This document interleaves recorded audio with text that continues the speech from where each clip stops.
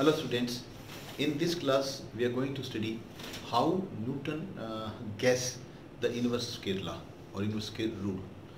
This is part of gravitation chapter, that is third chapter in physics of class 9th. So the statement given by Newton in the universal gravitation law is like that force of attraction between two bodies whose masses are m1 and m2 and which are separated by a distance of say r meters, the force is proportional to 1 upon r square. This is inverse square law. We have deliberately not included the masses here, otherwise it is F is proportional to product of the masses and inversely proportional to the square of distance between centers. Since we are only going to discuss this, in this class we are going to discuss only how Newton got the idea, or where he could get this information from, that force of attraction between two bodies is inversely proportional to the square of distance between their centers. So for this, let me tell you, very important assumption has been made. Kepler's first law states that planets are moving around the sun in elliptical orbit, not circular. See, planets are not moving. This is sun, this is planet, and this is circular path. It is not so. Instead of that, planets are moving around sun in this way. This is correct. This is elliptical. But for finding out this, we will have to assume that the path or the orbits along which planets move around the sun are circular. Please do remember our assumption for finding out this F is inversely proportional to 1 upon r square. We have made one assumption, and that assumption is that the path along which the planets move around the sun are circular. Number one. Number two, the force of, we have already discussed it, that it is the centripetal force which is responsible for making the celestial bodies going around in circular paths.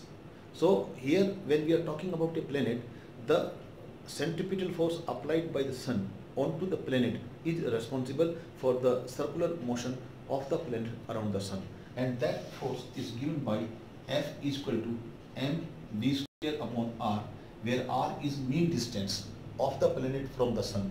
See, mean distance means this is planet, this is sun. Sometimes planet is here, sometimes it is here. So whether this be taken as distance or this to be taken as distance, or say this is to be taken as distance. So we take the mean of all these distances, and that is called mean distance of the planet from the sun. V is the velocity with which this is going, or with which the planet is moving around this, and m is the mass of the planet. Another thing that you want to, you supposed to assume is t. T is the time period of the planet. That means this is the time taken by the planet to go around sun once. With having assumed all this, now we see, now this expression is F is equal to mv square upon r. We know m is constant. So this can be written as F is proportional to v square upon r. We have been doing the reverse of this always. We have always been writing like this, that this quantity is proportional to such and such, and then when we proportionality is changed into equality, then we put some constant. This time equality was given, and we have removed one constant and made these two quantities proportional to each other. Having said that, this can also be written F is proportional to v square into 1 upon r.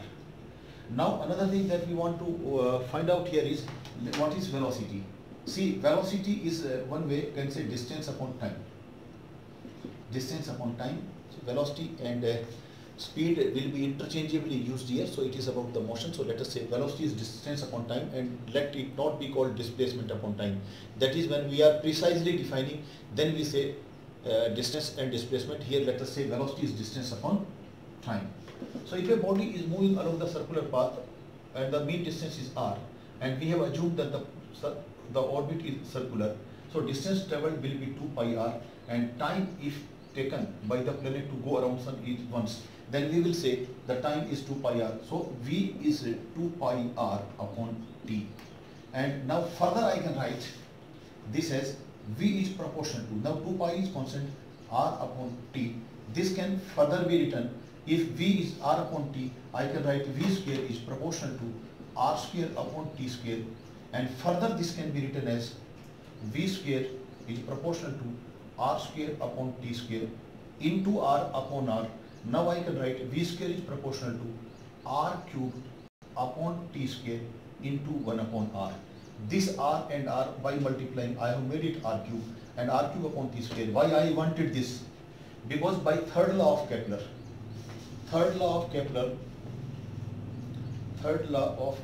states that r cube upon t square is constant. So now this expression will become v square is proportional to 1 upon r. Let me say this is 2 and let me say this is 1, and now using 2 in 1, I can write f is proportional to, instead of v is proportional to 1 upon r, we will write 1 upon r instead of v square 1 upon r, and 1 upon r was already there.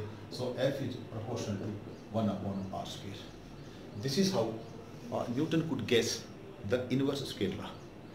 For this, assumption made was that the path around the sun is circular path along which the planet is moving. Another assumption, another information that we have written here is force, centripetal force, which is responsible for making this, is F is equal to mv square upon r.